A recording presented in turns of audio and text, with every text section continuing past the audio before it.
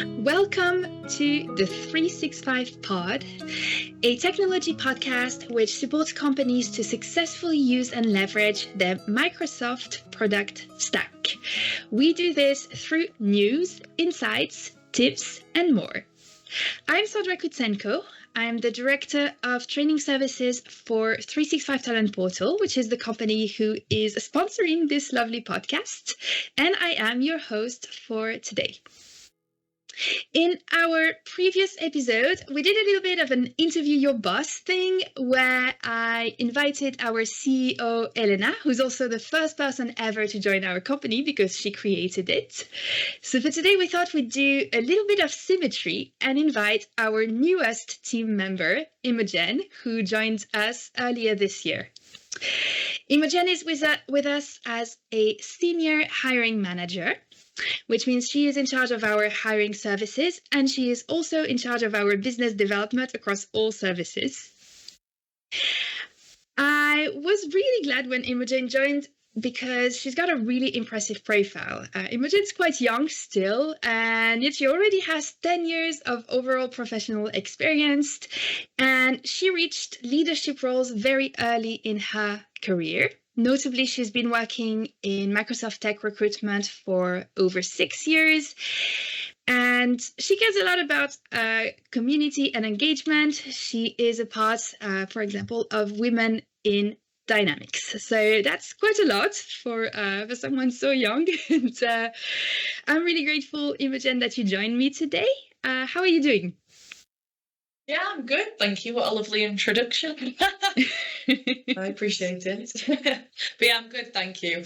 Yeah, excited to get into a conversation with you and just delve into some interesting topics.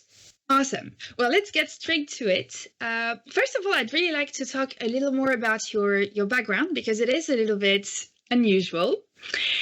And notably the fact that you got into a position of leading Microsoft tech recruitment teams in quite a large company at a very young age. So I'd really like to know more about that.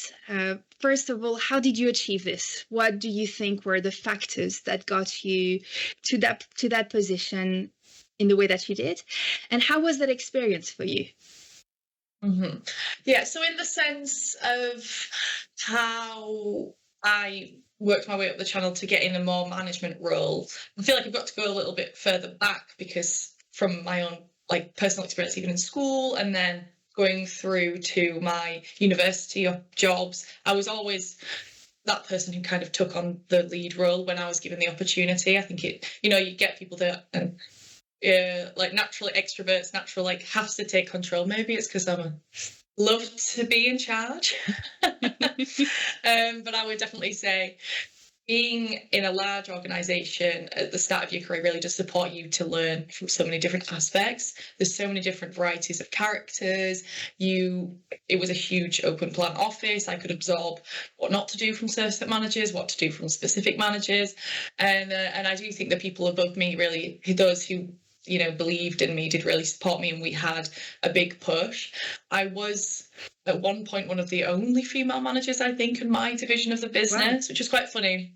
When I would go into the calls in the morning and they're all a bunch of Essex, London blokes all chatting about football, and I just honestly had not the foggiest. So I used to do research and just pretend I was a football fan for some time just to get involved in a bit of the rapport. But I mean, I do think it's a lot of luck and also hard work and determination. And I really did take pride in wanting to support the team around me and helping people. And after the pandemic, we came back and nobody was in the office. And there were new trainees, and I just kind of took them under my wing and was like, well, this is what you do, this is what you do. And I've always enjoyed helping people and supporting people. And when you see them do really incredibly well, it's just lovely, isn't it, really? So a bit of luck, hard work and determination. And I did graft a lot, to be honest with you. Yeah. Yeah, that's quite interesting because there's often in success a combination of nature versus choices, right? So you're going to have a certain level of natural inclination that's going to make you successful at certain things, and then you're going to make some choices that will also push you. So with you, it sounds like a lot of it was about your natural skills and natural predisposition. Is that an accurate statement?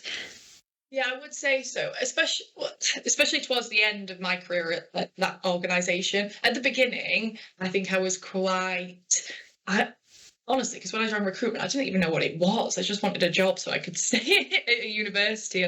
Then after 2 to 3 years, then I gained confidence in my capabilities, and then I knew the market like the back of my hand. And I was focused within Dynamics Business Central, and I knew absolutely everything about the technology. I knew.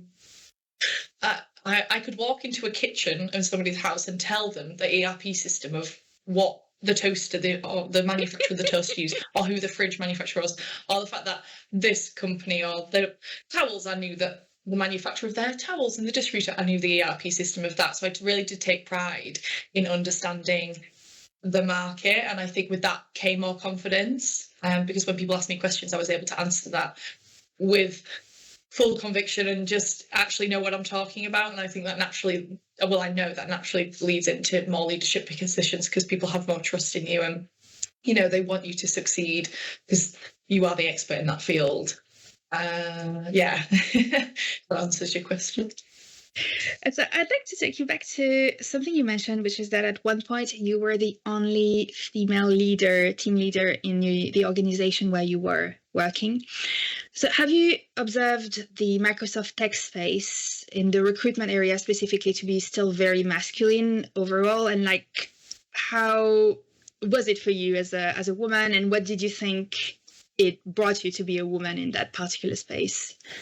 Yeah, I think in my area of the business, which was focused within the United Kingdom, and then it was just more Microsoft's focus, I was the only female manager at various points. So sometimes people would come, they would go, they would get promoted, but then they would move into a more of an account manager position, or more just pure business development. And we were fortunate enough that we had a very admirable CEO who was a female, and she was big on pushing female talent. And then we had various mentor programs within the organisation where if they saw that there was somebody who would be a possible leader, they would actually get mentored regardless of somebody's gender, somebody more higher up in the company. I would say in terms of the wider tech space and recruitment as well, both of those are more male-dominated industries. At one point when I was more of a senior consultant, I think I was the only female on the team. I think there was 13 lads and there was only me. Okay. And you definitely do have to have the capacity to have lad banter, I would say, which isn't always the best. But I do think as things have evolved over the past 6 years, that mentality and that sales look culture, I guess you could argue, has really diminished over time. And especially in my previous employers and when I speak to other organisations, but I can't say that as a sweeping statement for the whole of the industry, because I imagine certain recruitment firms are a very laddish culture. Can imagine. It's just it is unfortunately one of those things at the moment, but you do have to have a bit of a thick skin. But I think in any sales position, that's just the nature of the beast, because it is. I do say recruitment is the hardest form of sales, because you're not selling a product that you can control. You're selling. That's true. It sounds awful to put it in this way, but you are selling a skill set and a person and a personality. And I could tell you some horrendous horror stories where people have gone to interviews and you've spent hours with them on the phone with teams, talking to them. This is an amazing opportunity. The offer's coming. Then they rock up to an interview in a joggers and a hoodie, and pre-pandemic that was not allowed. They were going into Canary Wharf, and it's just horrendous stories like that. Or people were hired and then it found out that they were criminals and all these things because they lied to you in the time. There's genuinely a lot of horror stories. I don't think I could even go into detail around them because some of them are horrific. But it is difficult because, as I said, you're not just selling telephone, you're not selling a solution, you're selling a person, in their character, which is, again, awful to put it, but it is, in my opinion, one of the most difficult forms of sales. Definitely. It is a very challenging area, especially in tech. Yes, so competitive. And I think so. It's very interesting because I didn't actually realize that the recruiters in our space were majorly male, and we do have still a challenge of diversity in the Microsoft tech space. And I think that it's interesting to think about this, that the lack of diversity in the recruiters might actually have an effect in the lack of diversity in our space as a whole, right? Because it is important to be thinking about who's the person who's helping you find your talent and how their personal life experience might affect the choices they make, what candidates they're going to put forward, what candidates they're going to support, how they're going to guide the candidates, how they're going to advise you. Like there's actually a lot of impact on, yeah. And I think as well, just to point out, like in terms of understanding the requirements of specific candidates and being empathetic, if you have a bunch of 22-year-old lads who are on your hiring team, again, there's nothing wrong with that, but obviously they're going to attract a specific type of candidate. They won't necessarily attract a working mother who needs part-time. And would they understand that a working mother needs part-time and that they need more flexibility because they haven't been in that position yet in their lives, or if they will be? So it's that character as well, I guess. That's a really interesting point. I've never even considered that.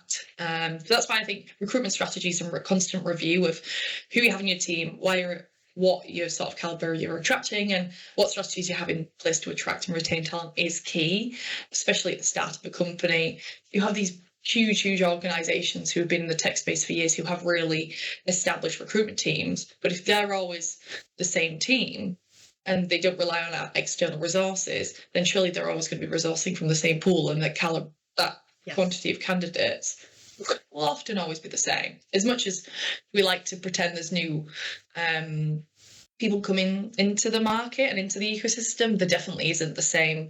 And obviously that's something I've discussed quite a lot at several conferences recently, where we don't have that skills. I can't think of the word. Skill influx, right? Influx, there we are. Thanks, Sandra. We don't have that influx of new tech talent coming from younger generations. All the partners have the same conversation with the recruiters. We need somebody with 5 to 7 years experience. We need a senior consultant. We need them on site 4 days a week. That's just not going to fly anymore. If you want those people, you're going to have to take from your possible partners. Especially in the BC space, most people actually work together, rely on each other, especially within the ISVs. So what does that do? It creates a negative atmosphere and not that community sense that Microsoft want. So people really need to invest in new talent and find potential. And also the cross-training element is something I know it's been discussed quite significantly. And I personally have placed a lot of cross-trainers from other ERP systems or other industries. And those candidates, because of their onboarding, and they tend to be more invested into the process rather than just chasing the high salaries, which often you can find, especially post-pandemic with the salary and inflation within the space, because that was mad at some points. I had developers requesting £75,000 and they only had 5 years experience. Yeah, it got really crazy with the salaries. Yeah, that's true. Yeah, and some of the bigger partners obviously can pay that because they've got the budgets, they've got those projects in place. But what does that do to the smaller partners? It's not fair for them. Absolutely. So that's another issue in itself. We could probably talk about that for 45 minutes. So, well, let's stay a little bit in talent strategies because we do want to leverage what you know about this. And as you know, so this podcast is mostly for Microsoft end users, and we talked a little bit about the challenges within the Microsoft tech recruitment industry as a whole.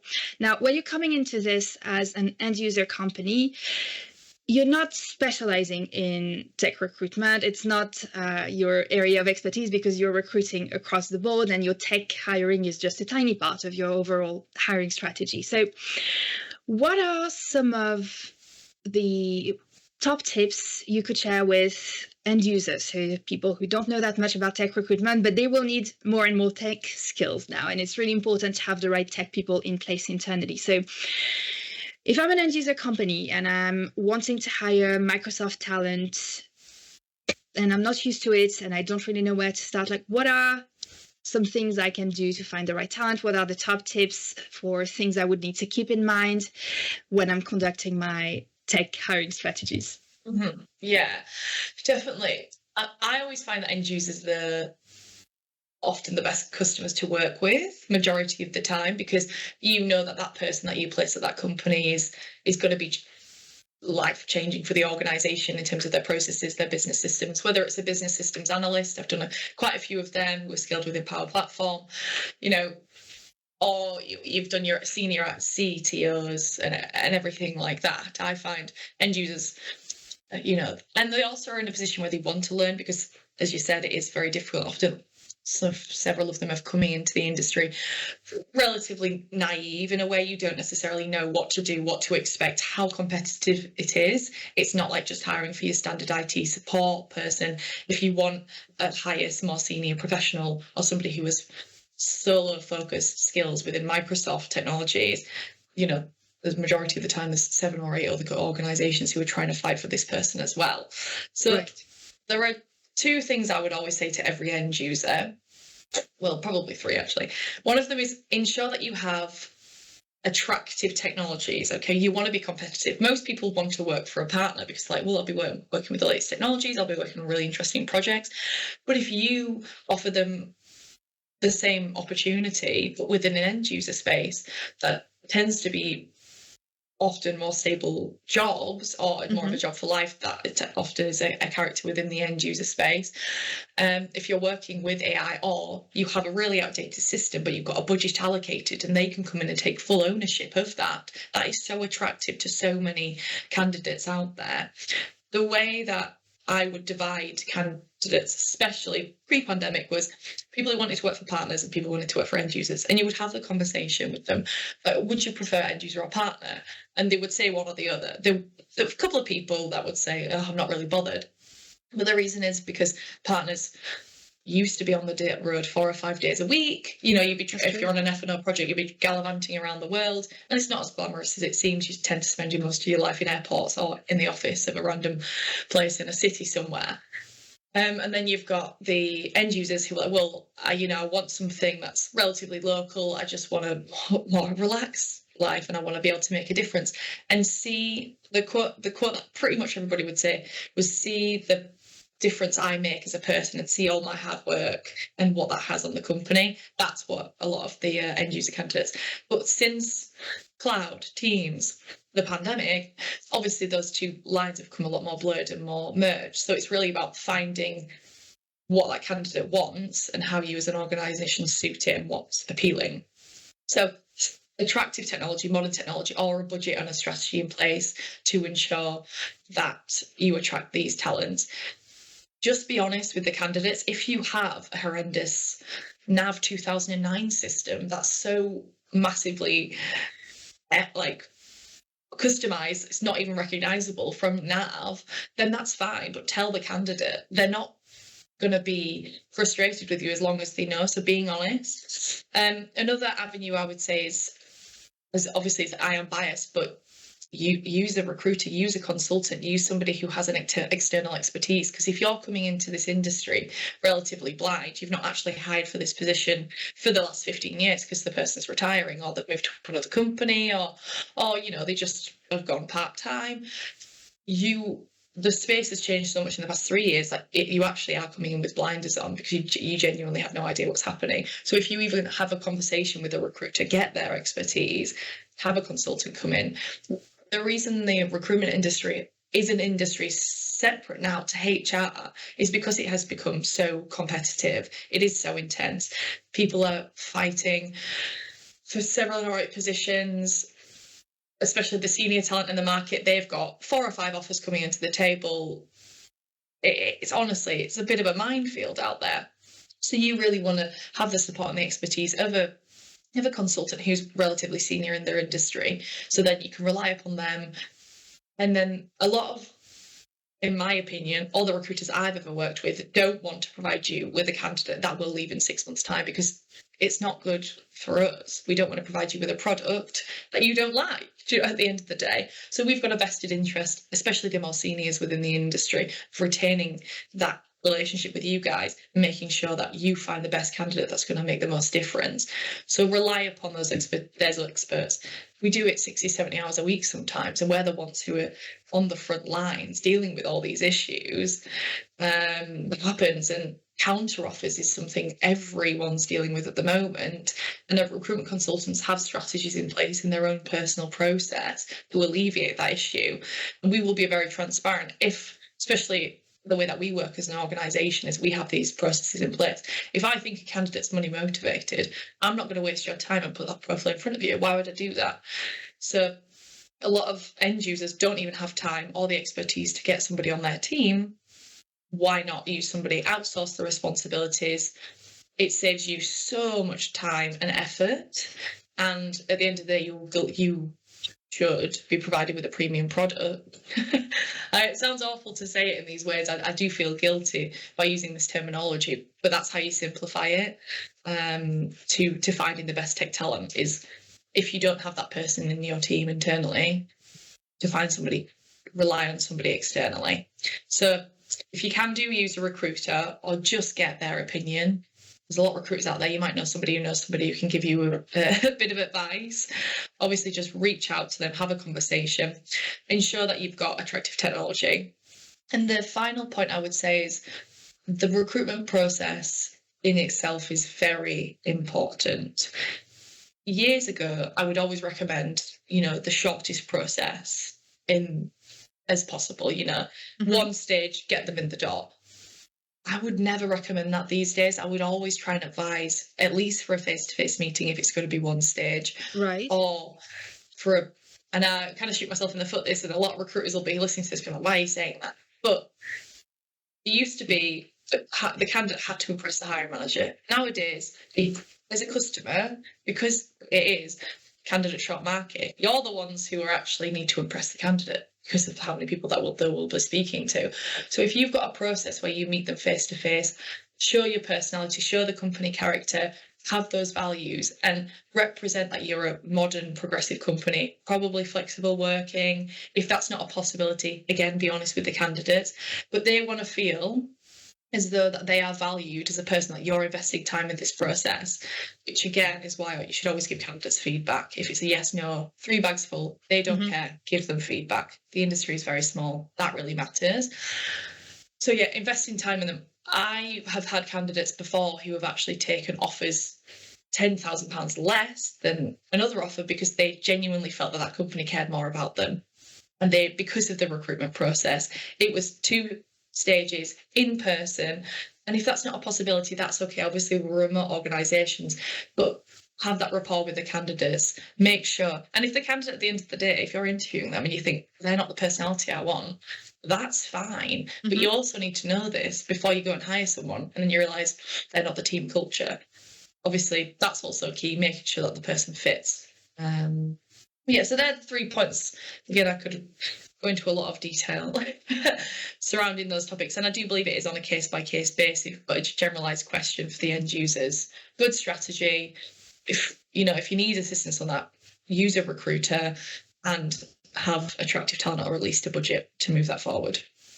Right, yeah, and that makes a lot of sense, because if you think about it, it's quite a complex area, right? Like, even just how do you build your job advert when you're not really clear about what are the latest tech skills that you might need based on the technology that you've got in your organization? That's the first hurdle. Then how do you actually know who's a good candidate versus who's not if you don't have the technical know-how to screen for that? Yeah. And then there's another part that I'd like to get your thoughts about as well, because when you're a consultant and you're joining a Microsoft partner, which is where a large proportion of consultants go, usually you're going to have a career track, you're going to have a lot of support with training, with adapted to your specific role. When you're an end user, you might not have those things in place. How do you actually nurture tech talent? So do you have some tips you can share with end users for how they can retain tech talent if they don't have that whole, infrastructure already in place? Definitely. I would say, if you can try and get the infrastructure in place in terms of the onboarding process. That, again, is so key. I've spoken to a lot of candidates I've placed end users over the years. And this is, again, from IT first line support through to CTO. They've joined the company, there's no documentation, they have no idea what to do, they don't know what the issue is. So first, if there's a possibility and you've got time there, get your documentation up to scratch so they actually know what they're joining and what they're coming in for. And the onboarding process is key, because that's when the first 6 to 8 weeks, 12 weeks, 6 months, depending on is hand-holding, making sure that you do weekly check-ins with the candidate, especially if they're working from home. They don't want to be sat there in a room not feeling as if they're part of an organisation. Some people like that, but majority of the time they want to feel like they're valued and they've got purpose within the organisation. Yeah, of course. So refine that. There are specific organisations who have mentoring programs. I know that that's something yourself, Sandra, have looked quite a lot into when you've designed a mentoring program.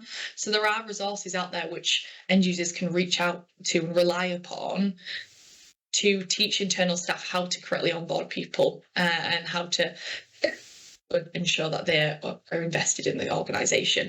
Another point I would say is ask them what they want. It sounds a bit obvious, but if you've got somebody who wants to be the IT operations manager in the future, then ask them, okay, well, that's the job I want. Eventually, I want to retire in the next 10 years. So let's put you on a pathway there. How did I make it there? All right. And get that constant feedback from the candidate. We've been in a position where I've spoken to end users about actually altering job titles and developing positions. But to retain a strong candidate is to ensure that they think that they're valued and cared about. You've got that progression for them. No glass ceiling. That's the most frustrating thing for any candidate. What is the next step for me? If he's not going to retire or she's not going to retire in the next 5 years, then where am I going to go? Well, okay, have these conversations with them to ensure that they know that you're where your head's at and that you're on their side and that it's not them fighting against you to get that promotion or anything along those lines. But yeah, really just ask the candidates what they want and see what you can do. Investing in them in terms of certifications. A lot of candidates we work with, they want to be working with the Power Platform, they want to be building apps, they want to be doing that. And although that isn't their full responsibilities, if that's something that they're passionate about, why not fund that? And then they could be so heavily involved in building different processes, supporting your finance team, creating a Power BI dashboard that could save your finance department 3 days a week. That will help everybody. So if they've got this talent, really foster that and invest time in it, because they will value that as a person, because again, it gives them purpose. You're respecting what they want, their boundaries. And it is unfortunately to a lot of people out there, the customers out there, it is the candidates are in charge these days. So that's really what you want to do. Also, they'll be happier and bring a better atmosphere to the organisation. If they feel like you've got the back, they're just going to be a better employee to work with. So that would be my two cents on that one. And that makes a lot of sense, because when you think about it, if you upskill your tech talent properly, everyone wins, right? There's always new things happening in technology. There's always new things for someone to learn. And especially if you're an end user and you have a small IT team with just a few people, the more they know, the more they can actually support you to roll out your internal technology. So it's definitely a win-win-win just to do this. 100%. Because if you invest a little bit of money in them, then in the long run, it'll save you so much of time, efficiency. So although it's an initial investment, it will save you time and money down the line. Absolutely. Which is what everybody wants these days. Loves a bit of automation, don't we, in the market? So let's talk a bit more about skills, because right now we've got two really big things happening in our space, Microsoft technology. So if you're a Microsoft technology end user, you've probably heard a great deal about Copilot recently. And there's also Power Platform, which is a big thing. It started a few years ago, but it's getting bigger and bigger, and it's definitely a technology that's extremely successful. And there's a number of companies that haven't yet gotten into those technologies. So what would be, from your point of view, the skills that are going to be important as an end user to target, thinking about future-proofing your company? Because eventually, most companies who want to be successful, they're going to have to move to Power Platform. They're going to have to move to Copilot or equivalent solutions. So what are the tech skills that are going to be most important in the next few years when you look at what's happening in our space right now? So in terms of when you're hiring for people who have the potential to develop these skills, I would always, is that the way you That's the way I would look at this question. Right. Sorry. So the way I would approach it is, I always find that candidates who have that attention to detail, and everybody says this, right?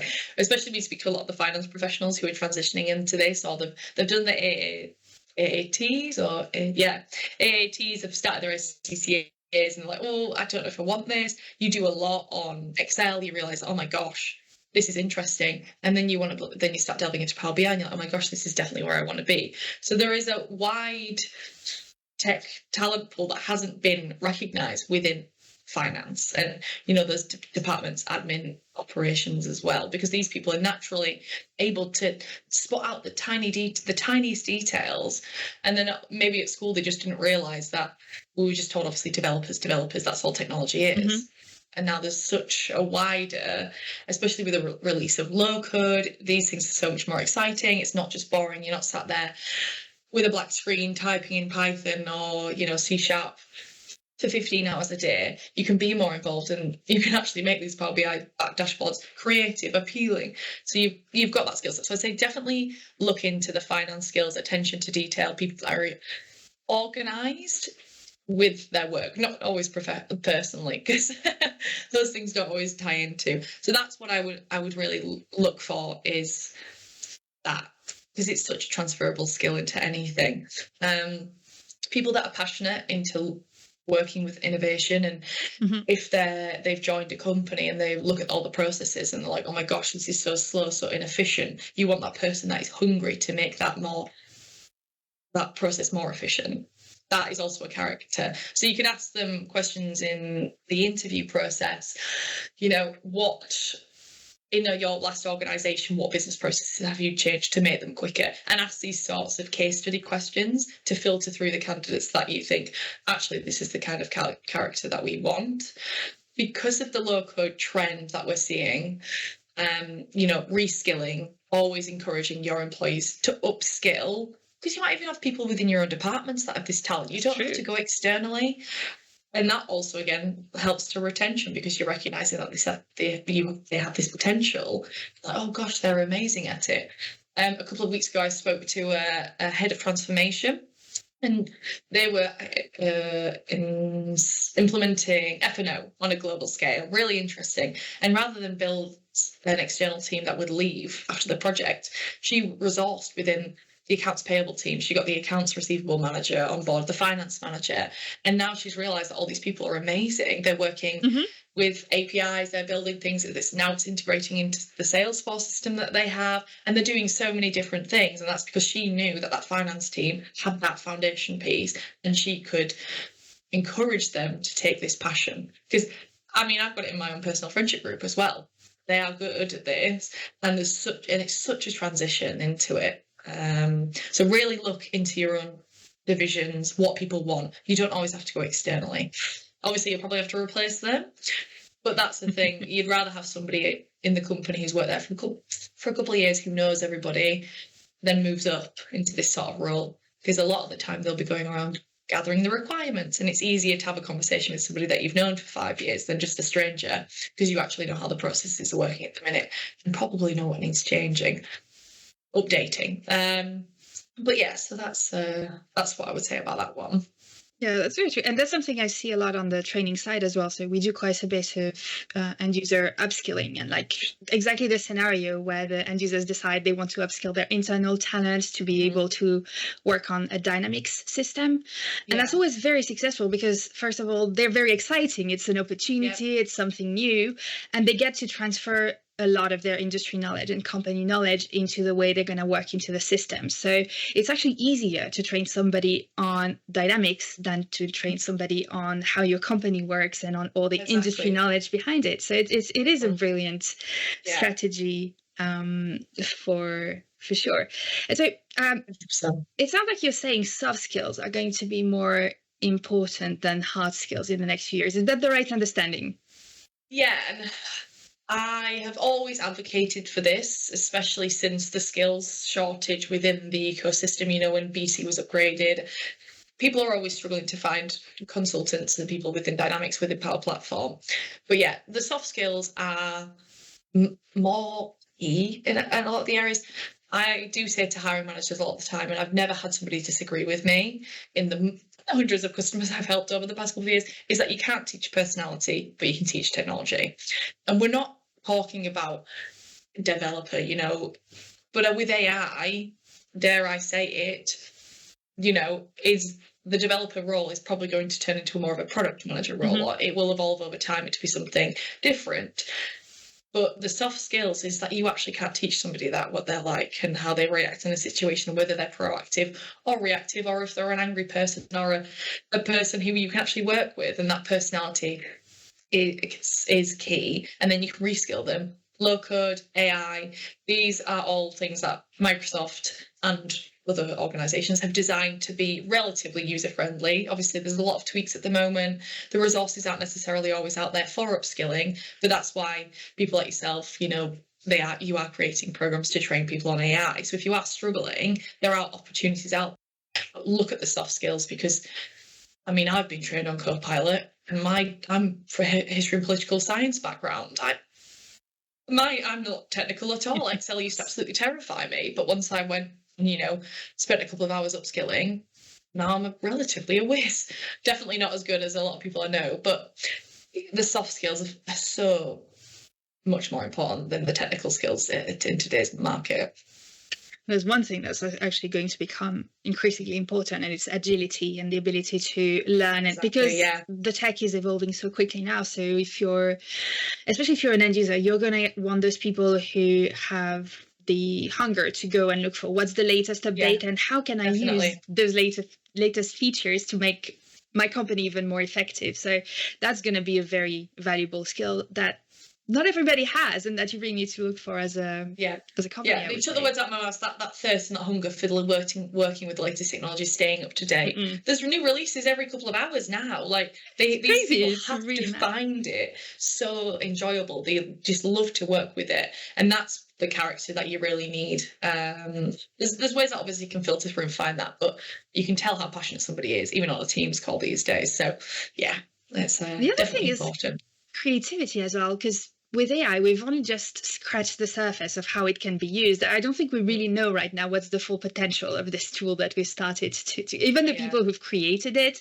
I think probably don't fully realize the full potential. So if you've got those people on your team who can come up with super creative, innovative ways of using AI in your company, that's also going to get you quite far ahead of everybody else. So that's an interesting thing to look for, I would think. Soft skills, thinking out of the box, people from different walks of life as well. Something I do on the diversity side when I speak at conferences, I always talk about, if you've all come from the same school, you're all from the same village, they're all the product that you're creating is all going to be appealing to the same person. But if you bring in people from different walks of life, different backgrounds, different genders, sexual orientations, if we have an amalgamation of different personalities, it will make the product better, more creative, more innovative, and then they'll be thinking, oh, well, they've definitely worked at a different company that might have a different business process. Merges that with your process or the AI tool that you've created. Perfect. And it just is different. And that really feeds into that diversity piece. So, we've discussed quite numerous times on that one, Sandra, haven't we? Absolutely. Yes, that's a big topic, isn't it? It just keeps being a topic no matter how much you talk about it, it seems. Definitely. Now, as you know, we have a question that we ask all our guests, and it's about failure. Failure, it tends to be a bit of a scary topic. It's a little bit demonized still culturally, right? We're all afraid to fail, especially maybe your generation a little less. My generation grew up with this notion that failing was the worst thing you could possibly do. And that kind of creates a fear of trying things. And it creates, just because, if you think you might fail, this is worse than... So you'd rather not try so that you don't fail rather than trying and maybe succeeding. So this is something that can stop people quite a bit. And we're trying, as a company and in this podcast, to maybe get people a little bit more comfortable with the notion of potentially failing and, the notion that failure in some circumstances might not be so terrible. So, Imogen, can you tell us about either a recent or a significant time in your life when you failed, either in your personal or professional life, how you reacted and what you learned from it? Okay, this is a tricky one because you are right. I think failure is such a demonized concept.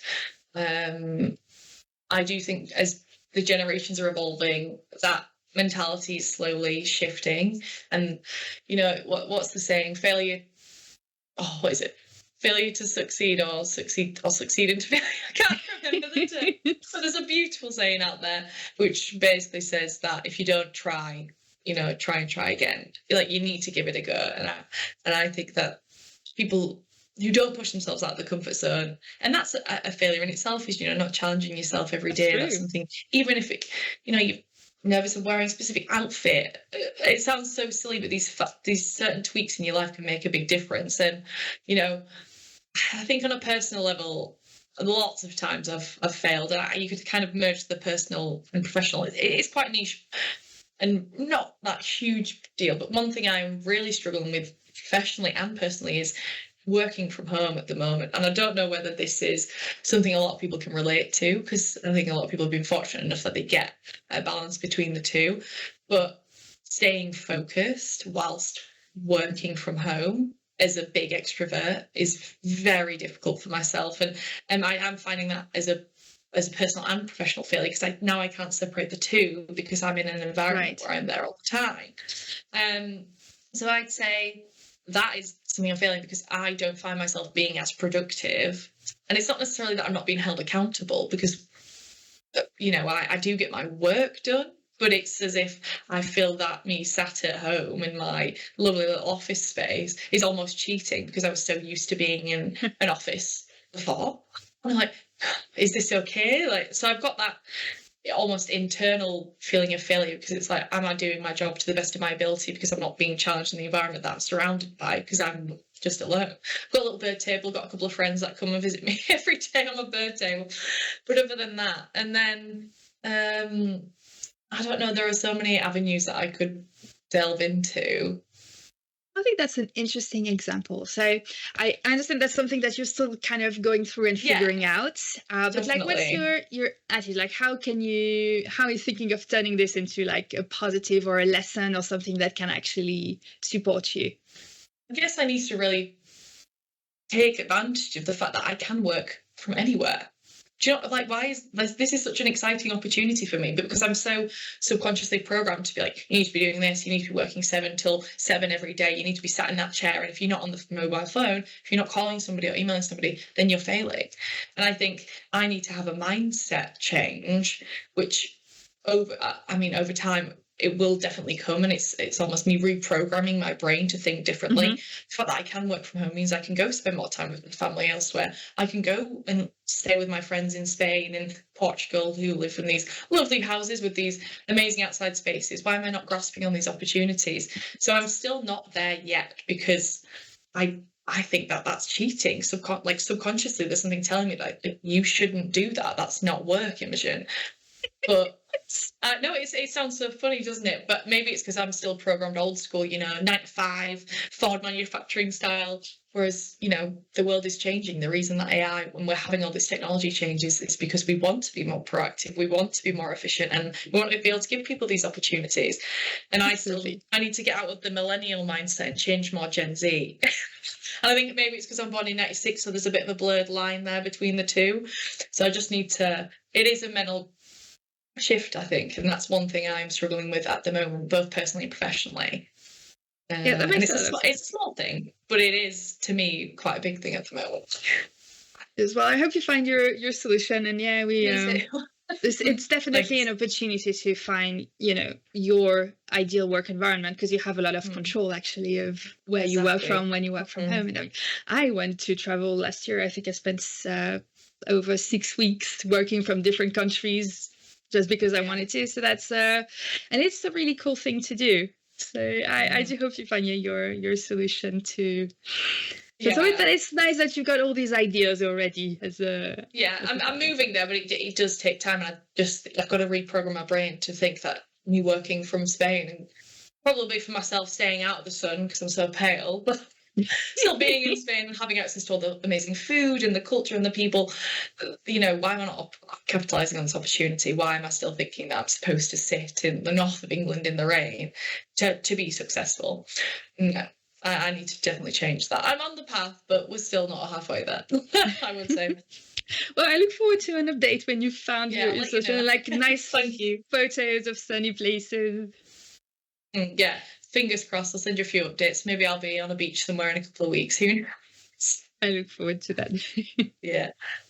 So that's our episode for today. Thank you so much, Imogen. It was a pleasure to interview you and get all those super interesting tips about talent strategy. I think we managed to cover actually quite a lot today.